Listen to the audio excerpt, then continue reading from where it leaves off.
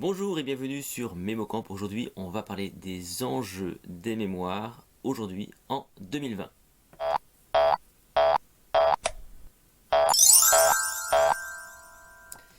Je vous rappelle que vous pouvez retrouver tout mon travail autour de la mémoire, notamment autour du MemoCamp, sur mon site lessecrets.com sur lequel vous allez pouvoir donc retrouver tout mon protocole pour entraîner et optimiser votre mémoire, notamment avec ces fiches de culture générale pour vous entraîner intelligemment.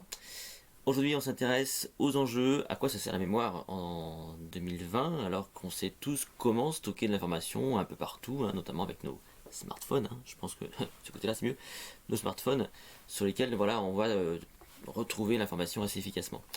Il faut comprendre qu'autrefois, la mémoire, c'était une faculté qui était vitale. C'est-à-dire que autrefois, il n'y a pas d'autre solution que de tout retenir de façon biologique. Et avec le temps, c'est vrai que cette fonction est devenue plutôt sociale. J'entends par là qu'on va avoir besoin de cette mémoire dans différents cas de figure, notamment en société.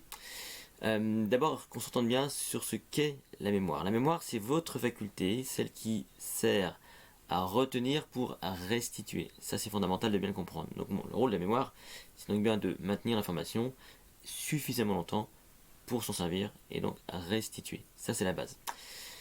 On sait aujourd'hui que cette mémoire, elle va évoluer.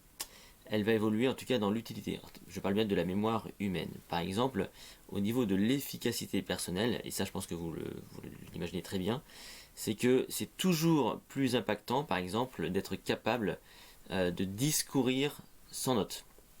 Je sais pas si vous faites des discours, moi je suis conférencier, donc c'est vrai qu'être capable de discourir sans notes, c'est quand même toujours beaucoup plus impactant que d'avoir ces notes à lire, quoi.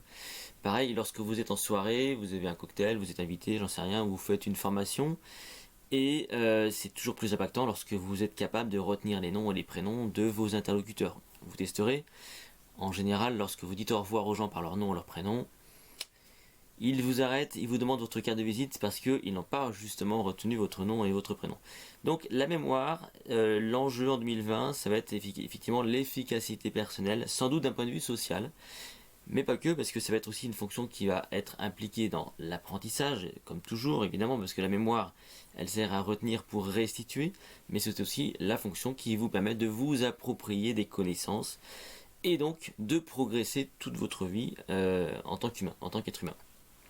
On pense aujourd'hui que la mémoire humaine va évoluer vers des fonctions qui vont vous aider à être plus malin, donc en tout cas à renforcer votre esprit critique, et ça c'est important aujourd'hui, parce que on est tous conscients de ça, c'est que avec toutes les fake news qui nous sont partagées au quotidien, on n'est pas à l'abri justement de tomber dans un piège. Donc si vous voulez, quand vous accumulez des connaissances, ça vous protège, et ça vous permet donc d'avoir des références sur lesquelles vous pouvez vous appuyer, afin donc de pouvoir vous faire une vraie idée, quoi, une vraie idée.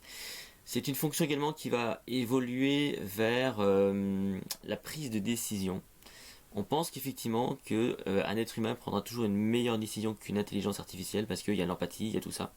Donc donc la prise de décision sera un des enjeux de la mémoire, et aussi au niveau de la créativité, parce qu'on pense aussi que un cerveau, voire deux, seront toujours plus créatifs qu'une intelligence artificielle, en tout cas, j'ai envie de dire, aujourd'hui. Voilà, donc la mémoire, elle est appliquée dans toute la cognition, y compris dans ces domaines-là, et ça, c'est donc fondamental.